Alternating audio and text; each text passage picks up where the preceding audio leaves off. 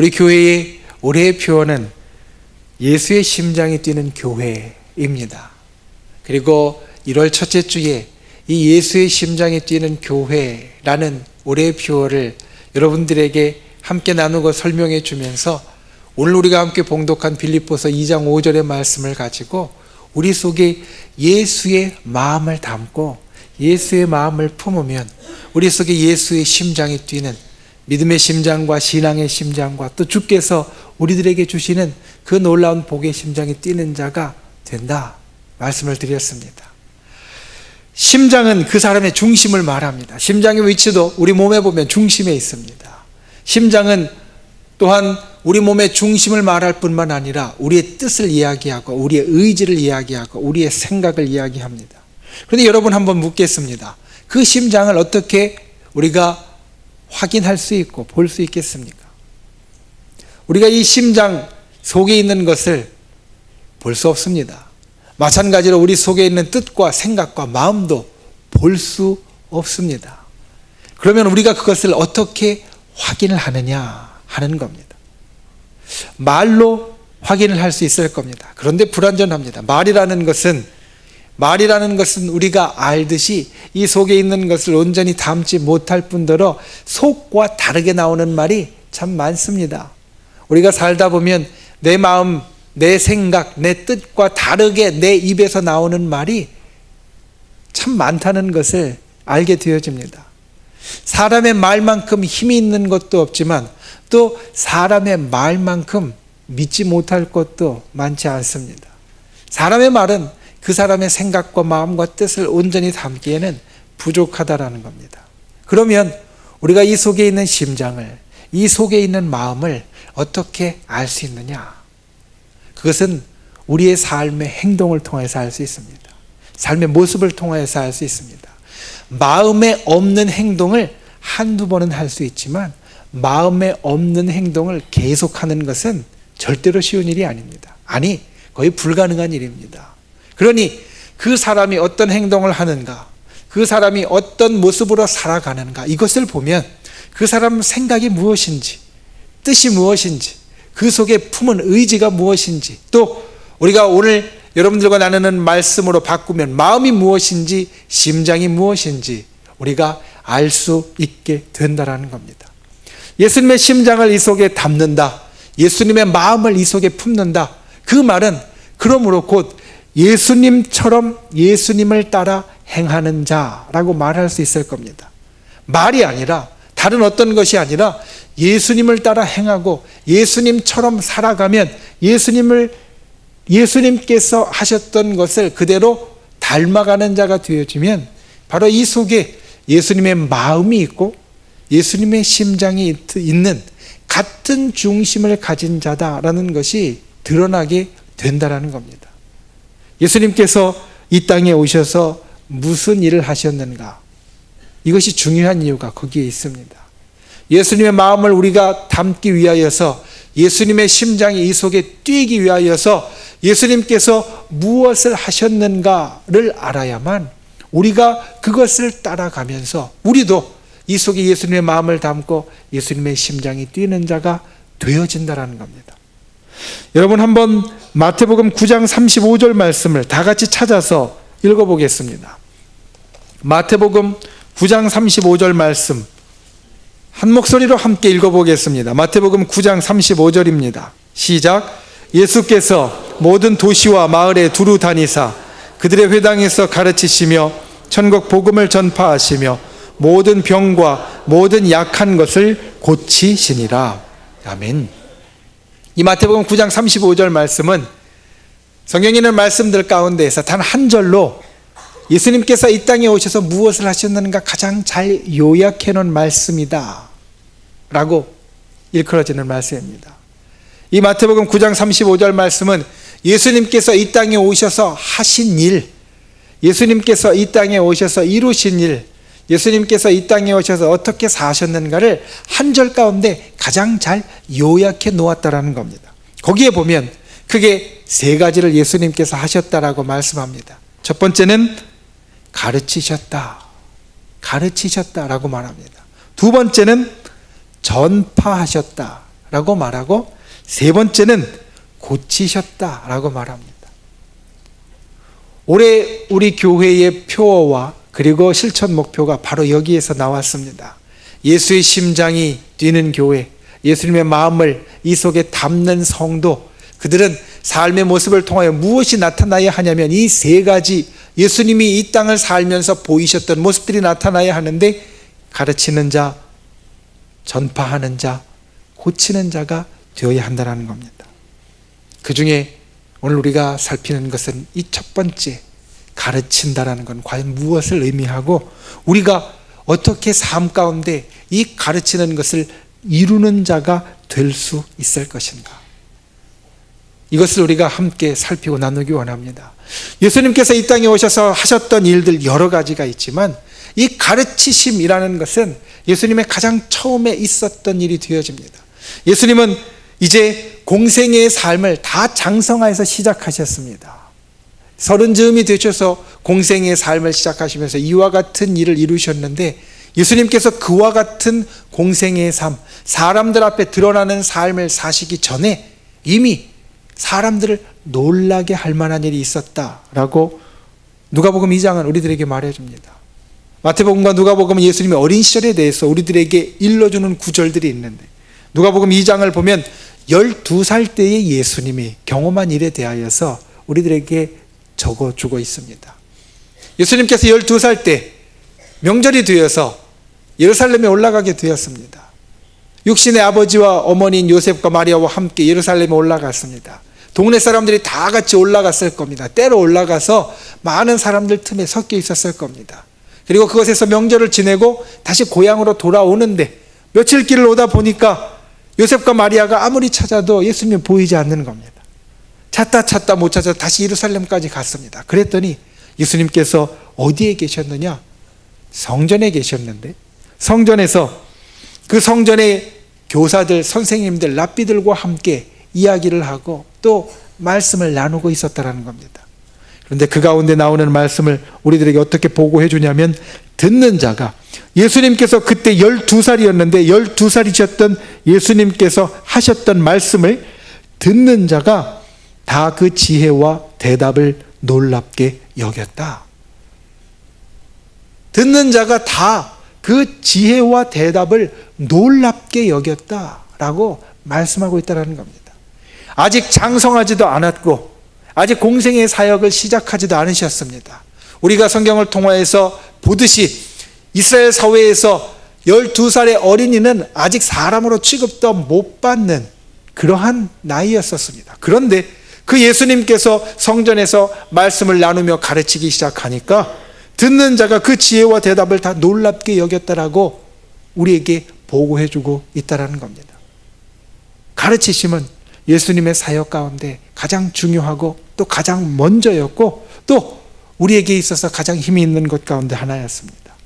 예수님의 호칭, 주님이라는 호칭이 성경 가운데 나오지만, 가장 많이 나오지만 또 예수님에 대한 호칭으로서 많이 나오는 것이 랍비라는 호칭입니다.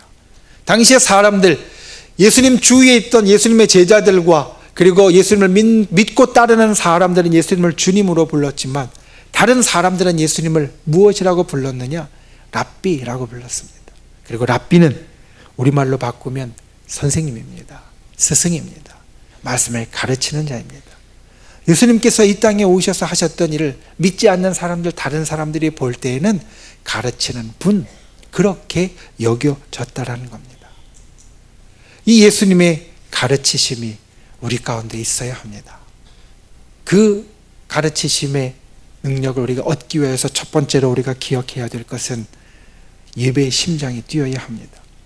오늘 말씀의 제목이 예배와 말씀의 심장이 뛰는 교회입니다. 예배와 말씀의 심장이 뛰는 교회. 이 교회가 바로 예수님의 심장이 뛰는 교회가 되어지는데, 그 가운데 첫 번째로 예배의 말씀이 뛰어야 한다는 겁니다. 요한복음 4장을 보면 예수님께서 이 땅에 계실 때 예수님께서 일으키셨고 또 경험하셨던 일 하나를 우리들에게 보고해 줍니다. 사마리아에서 일어났던 사건이었습니다. 예수님이 제자들과 함께 사마리아를 지나고 있었습니다. 그런데 먹을 것이 없어서 시장하여서 제자들이 마을로 먹을 것을 찾으러 나갔습니다. 예수님은 제자들이 다 간 후에 우물가에 혼자 앉아 계셨습니다. 그런데 예수님이 앉아 계시던 그 우물가에 웬 여인 하나가 물을 들어옵니다. 그곳의 풍습은 이 한낮 땡볕에 이 온도가 높은 때에 물을 들어오는 것이 아니었습니다. 물은 아침 저녁에 선선할 때 뜨는 것이지 이 뜨거운 햇볕 아래서 물을 들어온다는 것은 사실 있을 수 없는 일이었습니다. 그런데 여인 하나가 물을 들어왔습니다. 그 여인에게 예수님이 말합니다. 나에게 물을 좀 주지 않겠느냐고. 여인이 행색을 보니까 사마리아 사람 같지는 않고 유대 사람 같은데, 그런데 자기가 물을 뜰 수 있는, 우리말로 하면 두레박 같은 것도 갖고 있지 않고 아무것도 갖지 않으니 자기 것을 가지고 퍼달라고 하는데 기가 막힙니다. 유대인과 사마리아인은 본래 상종도 하지 않고 말도 하지 않는데 자기에게 물을 달라라고 이야기하니 당신이 어떻게 그렇게 나에게 달라고 할 수 있느냐? 라는 말부터 시작해서 예수님과 그리고 이 사마리아 여인 사이에 여러 이야기가 오고 갑니다. 요한복음 4장을 보면 이 여인이 어떤 여인인지 알 수 있습니다. 그간에 결혼에 계속해서 실패해서 이 남자 저 남자를 남편으로 맡고 있었던 여인이었고, 동네 사람들이 그 모든 것을 알고 보면서 이 여인에 대해서 좋지 않게 여겼기 때문에 사람들을 피해 다니는 여인이었고, 그래서 이 여인은 사람들의 눈을 피해서 그 한낮의 뜨거운 볕 가운데서 물을 들어왔던 것입니다. 그런데 예수님과 만나서 예수님과 말씀을 나누기 시작하니까 그의 삶에 놀라운 일이 생겼습니다. 그 이전까지는 아무리 물을 먹어도 갈증이 날 것 같았는데 이제는 갈증이 없어졌습니다. 그 이전에는 어떤 사람을 만나도 마음 가운데 평안이 없을 것 같았는데 이제 마음의 평안이 찾아왔습니다. 그리고 그 이전에는 어떤 사람, 동네 사람들도 다 무서워서 피해 다녔는데 이제는 동네 사람들의 집집마다 찾아다니면서 여보시오들 내가 누구를 만났는지 당신들 한번 나와 보시오. 먼저 찾아가서 이야기하는 사람이 되었다라는 겁니다. 무슨 일이 있었는가? 거기에서 보면 세 가지 일이 있었습니다. 이 여인이 주님을 만났습니다. 그리고 이 여인이 주님의 가르침을 받았습니다. 내가 나로 인하여서 내 속에 영생토록 솟아나는 물을 갖게 될 것이다. 주님의 가르침을 받았습니다. 그리고 세 번째로 그의 삶이 새롭게 되어지는 역사가 나타났다라는 겁니다. 이 말씀 모든 것 후에 예수님은 이 여인에게 말씀합니다. 하나님은 예배하는 자를 찾으시고 예배하는 자는 신령과 진정으로 예배해야 된다. 여러분, 예배는 이 세 가지가 일어나는 자리입니다. 주님을 만나는 자리입니다. 예배는 우리가 와서 그냥 목사님을 만나고 찬양대를 만나고 우리 믿음 성도들 형제 자매를 만나고 또 다른 사람들 어떤 것을 만나는 자리가 아니라 바로 주님을 만나는 자리가 예배의 자리다라는 겁니다.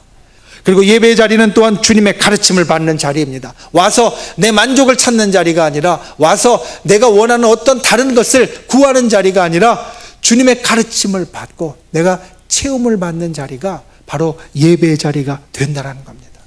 그리고 예배의 자리는 또 어떤 자리냐? 이 여인처럼 삶이 새롭게 되는 자리입니다. 예배를 우리가 하나님 앞에 온전하게 드리게 되면 우리의 삶에 새로운 힘이 생깁니다. 새로운 변화가 생깁니다. 그 이전까지는 사람들이 무섭고 두려워서 피해 다니고 도망 다녔지만 예배 후에 주님을 만나고 주의 가르침을 받자 이 여인의 삶이 바뀌었습니다. 변화였습니다. 사람들을 찾아가서 여러분 내가 누구를 만났는지 당신들도 한번 나와 보시오 말하는 사람이 되었다라는 겁니다. 예배는 이렇게 삶이 새롭게 되어지는 자리입니다. 삶에 힘이 생기는 자리입니다. 그래서 우리 속에 예배의 심장이 뛰어야 합니다. 예배의 심장이 뛰어야만 우리가 주님 앞에 예수 그리스도의 심장이 뛰는 자요 또 예수 그리스도의 능력과 은혜를 담는 자가 되어진다라는 겁니다. 예배의 심장이 뛰는 분들이 되시기를 주님의 이름으로 축원을 드립니다. 예배를 통하여 주님을 만나는 분들이 되시기를 주님의 이름으로 축원을 드립니다. 예배를 통하여 주의 가르침을 받는 분들이 되시기를 주님의 이름으로 축원을 드립니다. 예배를 통하여 삶이 새롭게 되어지고 새 힘을 얻는 분들이 다 되실 수 있기를 주님의 이름으로 축원을 드립니다. 두 번째로 말씀의 심장이 뛰어야 합니다. 마태복음 4장을 보면 예수님께서 공생의 사역을 시작하시기 전에 경험했던 일을 우리들에게 전해주고 있습니다. 무슨 일이 있었느냐? 시험을 당하셨습니다. 마귀에게 시험을 당하셨습니다. 마귀가 와서 이야기를 합니다. 너 40일 동안 금식했지? 배고프니까 이 돌을 떡으로 만들어서 먹으려면 너 그럴 능력이 있잖아. 두 번째로 마귀가 와서 이야기합니다. 저 예루살렘 성벽에 가서 뛰어내려 봐.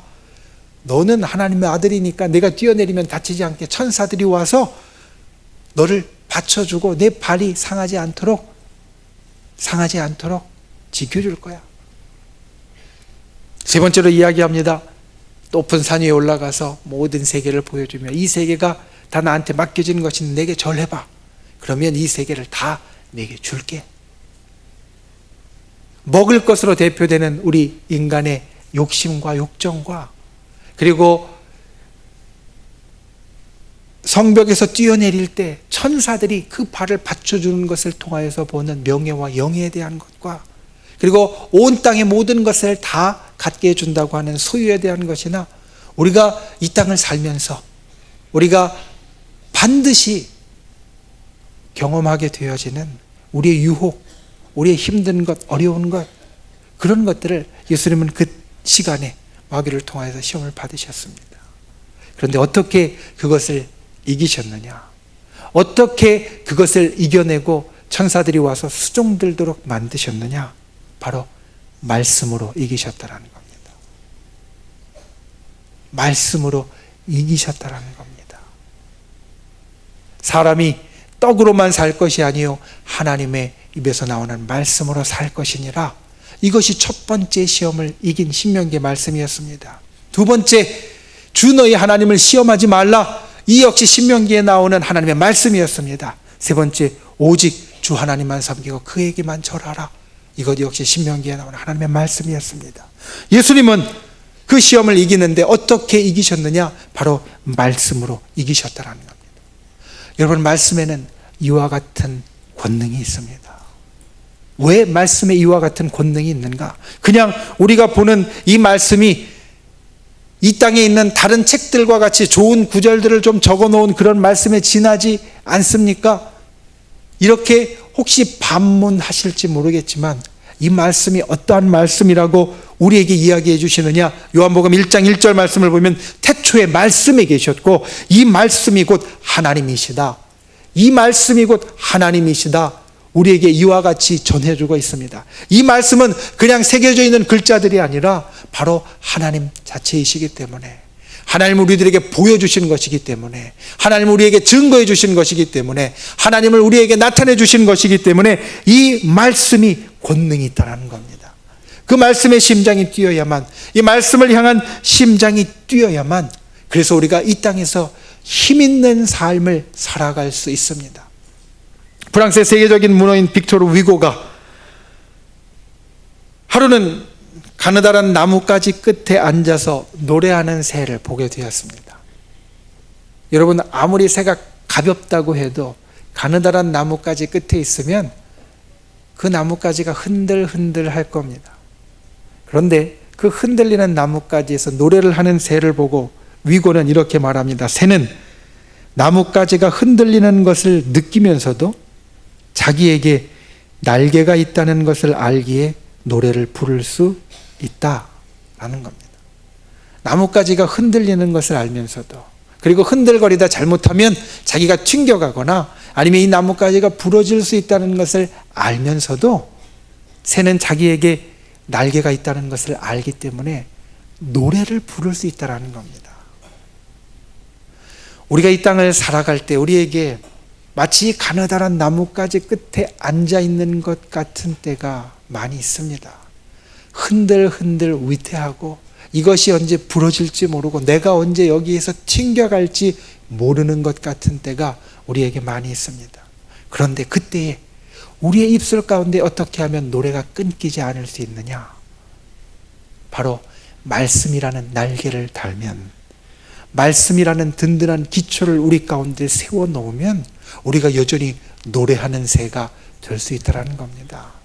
말씀의 권능이 있기 때문에 우리가 그 가운데 하나님의 약속인 말씀을 붙잡으면 그 흔들리는 나뭇가지 위에서도 노래할 수 있고, 우리가 그 가운데 튕겨가거나 이 나뭇가지가 부러지는 것을 두려워하지 않을 수 있다는 겁니다. 이 날개가 우리를 살릴 수 있고 우리로 다시 저 창공에 올라가게 할 수 있기 때문에 우리는 여전히 노래하는 존재가 될 수 있다는 겁니다.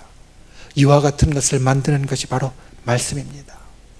하나님을 우리에게 보여주신 것, 하나님 우리들에게 나타내 주신 것, 그 말씀에 든든한 기초가 있으면 그것이 우리에게 날개가 되어서 우리로 이 땅 가운데에서 항상 노래할 수 있는 자, 이 땅 가운데에서 항상 기쁠 수 있는 자, 즐거울 수 있는 자, 이 땅 가운데서 항상 그 평안을 잃지 않는 자가 될 수 있다는 겁니다. 여러분, 이 말씀의 심장이 뛰는 분들이 되시기를 바랍니다. 말씀의 심장이 여러분의 가슴 가운데 뛰는 분들이 되시기를 바랍니다. 그래서 나뭇가지 위에 앉아서도 아무리 흔들거리고 바람이 불어도 두려워하지 않는 분들이 되시기를 바랍니다. 그 가운데에서 노래할 수 있는 분들이 되시기를 바랍니다. 평안을 잃지 않는 분들이 되시기를 바랍니다. 진정 말씀의 심장이 우리 가운데 언제나 뛰어서 말씀을 가까이 하시고 말씀을 여러분들 속에 담으시고 말씀으로 힘을 얻어서 주께서 우리들에게 약속하신 모든 권능과 그리고 역사와 능력들을 이 땅 가운데 이룰 수 있는 귀한 분들이 다 되실 수 있기를 주님의 이름으로 축원을 드립니다. 말씀을 맺습니다. 여러분, 주보를 보시면 맨 뒷면에 좀 새로운 것들이 있는 것을 보실 수 있을 겁니다.